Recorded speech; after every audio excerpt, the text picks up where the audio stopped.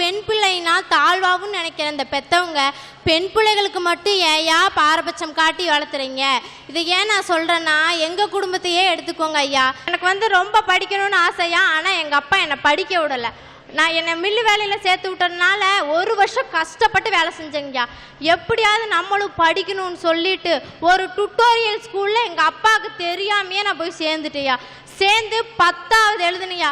பகல் ஃபுல்லாக வேலை செய்வியா. உங்களுக்கே தெரியும், மில்லு வேலைன்னா திடீர்னு நைட்டில் கூட எழுப்பி வேலைக்கு போங்கன்னு அனுப்பிச்சி விட்ருவாங்க. மறுநாள் எக்ஸாம்யா.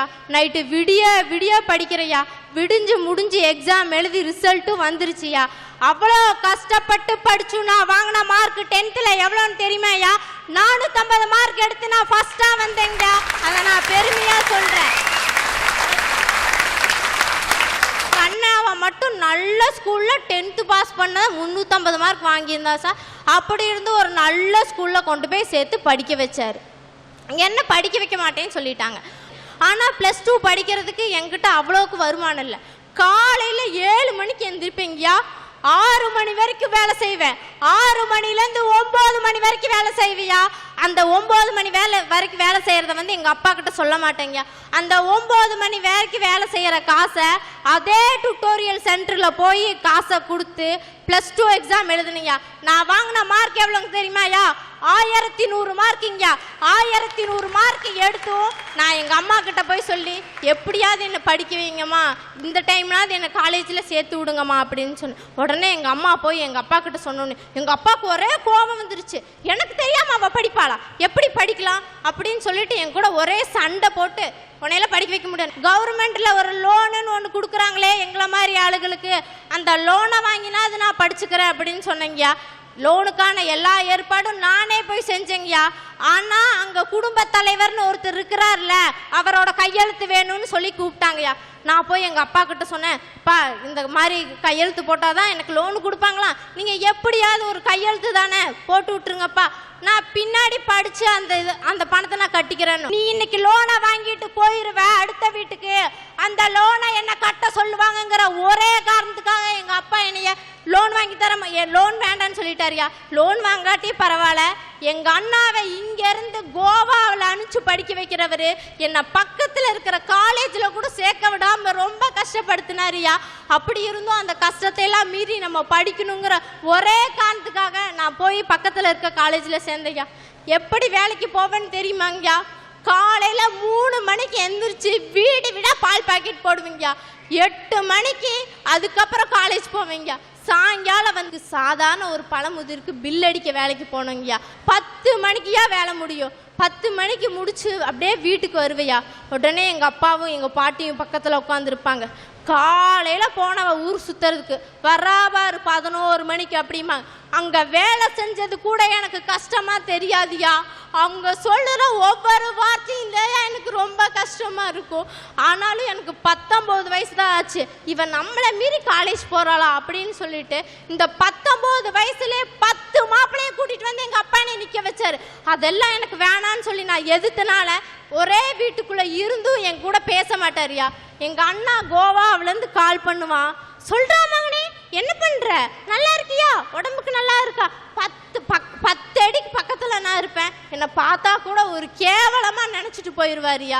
இப்படிப்பட்ட பெற்றோர்கள் பாரபட்சம் காட்டுறதுல என்ன எப்படியா சொல்கிறீங்க நீங்கள்?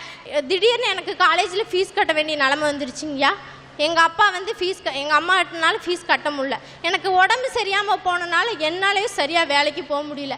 ஃபீஸ் கட்டாத ஒரே காரணத்துக்காக என்னை கிளாஸை விட்டு வெளியே நிற்க வச்சுட்டாங்க. எக்ஸாம் அன்னைக்கு எல்லாத்துலேயும் போய் கேட்டு பார்த்தேன். கடைசியில் நான் வேலை செய்கிற இடத்துலையும் கேட்டு பார்த்தேங்கய்யா. அவங்க 10,000 ரூபா கொடுத்தாங்க. அதுக்கு எத்தனை நாள் என்னை நைட்டு வேலை வாங்கினாங்க தெரியுமையா? அப்படி கஷ்டப்பட்டு வேலை செஞ்சனால என்னால் ஃபர்ஸ்ட் இயரில் 85% தான் சார் வாங்க முடிஞ்சது. இதே எங்கள் அப்பா எங்கள் அண்ணா டூரு போக ஒரு 10,000 ரூபா கேட்டான். உடனே பட்டுன்னு எடுத்து கொடுத்தாரு. அந்த 10,000 டூர் போக கொடுத்தவர் எனக்கு ஒரு 10,000 ரூபா காலேஜ் கட்ட கொடுத்துருந்தா நான் 85% என்ன 90% வாங்கியிருப்பேன்லையா அந்த இடத்துல. ஏன் என்ன மட்டும் ஒரு பாரபட்சமாக பார்த்து ஒதுக்குனாங்க? கஷ்டப்பட்டு படிக்கிறீங்க. அப்படி இருந்தும் எங்கள் அப்பா அடிக்கடி என்னை குத்தி காட்டுவாருங்க. எப்படி தெரியுங்களா? படிக்கிறாளாமா, இவ படித்து நாளைக்கு எனக்கு 5-6 கொண்டு வந்து கொடுக்குறா, இவ படித்து புருஷன் வீட்டுக்கு கொண்டு போகிறதான் பார்க்க போகிறா, இதில் என்ன வேற பார்த்துக்க போகிறாளான்னு என்னை பார்த்து ஒரு கேவலமாக பார்ப்பாருங்க பாருங்கய்யா. அப்போ எனக்கு வலிக்குங்கய்யா மனசு, அவ்வளோ வலி. நான் அவ்வளோ கஷ்டப்பட்டு வேலைக்கு போயும் நமக்கு இப்படி ஒரு கெட்ட பேரா அப்படின்னு நான் நினச்சேன். அதெல்லாம் பரவாயில்ல, நம்ம யாருன்னு காட்டணும் நம்ம அப்பாவுக்கு அப்படிங்கிற ஒரே இதில் நான் படிச்சுட்ருக்கேங்க.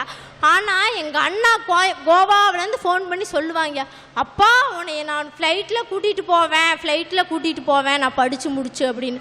உடனே எங்கள் அப்பா அந்த பேச்சை கேட்டுட்டு என் பையன் ஃப்ளைட்டில் கூட்டிகிட்டு போவான்னு என்னை பார்த்து ஒரு கேவலமான பொருளாக ஒரு நாயை பார்க்குற மாதிரி என்னை அவ்வளோ கேவலமாக பார்ப்பாருங்க. ஆனாலும் எனக்கு அதெல்லாம் பெருசாக தெரியல. நம்ம அப்பா தானே இன்னைக்கு திட்டுனாலும் நாளைக்கு நம்ம நினைப்பாரு.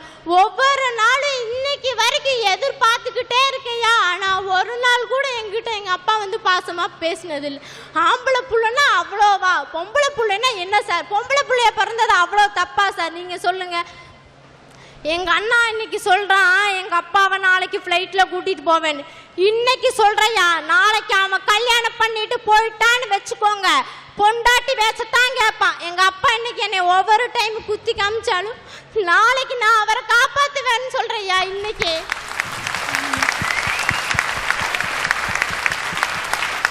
எங்கள் அப்பா என்னை பார்த்து ஒரு வார்த்தை கேட்பாரு, அடிக்கடி ஹார்ட் அட்டாக் வரும்னு சொல்லுவாங்க தெரியுமா. எனக்கு ஒரேடியாக ஹார்ட் அட்டாக் வர மாதிரி இருக்கும். நான் செத்தாலும் என் புள்ள வாசலுக்கு மட்டும் போக மாட்டேன் அப்படின்னு என்ன சொல்லுவார் என்னை பார்த்து. அப்போ எனக்கு வலிக்கு பாருங்க மனசு, அப்படி ஒரு வழியாக இருக்கும். நம்ம பொண்ணா பிறந்தனால தான் இப்படி நம்ம அப்பா அப்படி நம்மளை பார்த்து சொல்கிறாரு.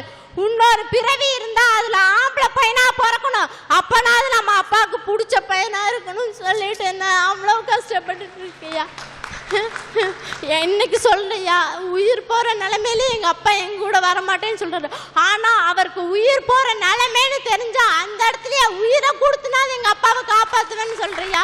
தயவு செய்து இன்னொரு தடவை சொல்றேன், பொண்ணா பிறந்துட்டுங்கிற ஒரே காரணத்துக்காக எந்த பிள்ளையும் பாரபட்சம் பார்த்து வளர்க்காதீங்கய்யா. உன் பேர் என்னம்மா? தேவிகா. தேவிகா,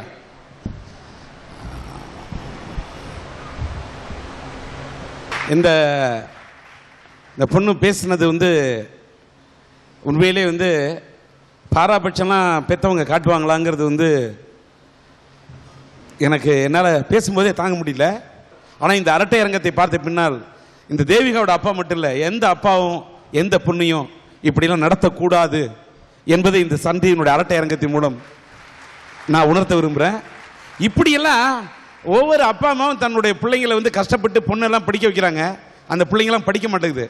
ஆனால் ஒரு திருப்பூரில் இருந்து தேவிகா என்ற இந்த பெண் இந்த அளவுக்கு சின்சியராக படிக்கக்குள்ள விநாயக மிஷன் பல்கலைக்கழகத்தின் சார்பிலே இந்த பெண்ணுடைய படிப்பு செலவுக்காக இந்த 5000 ரூபாய் காசோலையை இந்த பெண்ணுக்கு வழங்குகிறேன். இது ஒரு சின்ன ஊக்கத்தொகை தான்.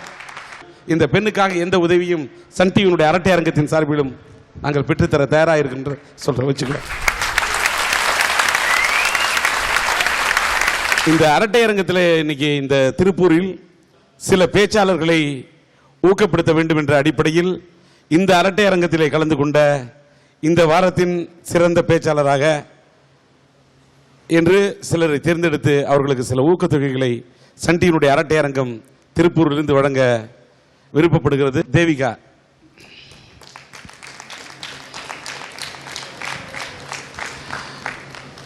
இந்த வார சிறந்த பேச்சாளராக சன் டிவியினுடைய அரட்டை அரங்கத்தின் சார்பிலும் SRM பல்கலைக்கழகத்தின் சார்பிலும் இந்த 5000 ரூபாய் காசோலை வழங்கப்படுகிறது.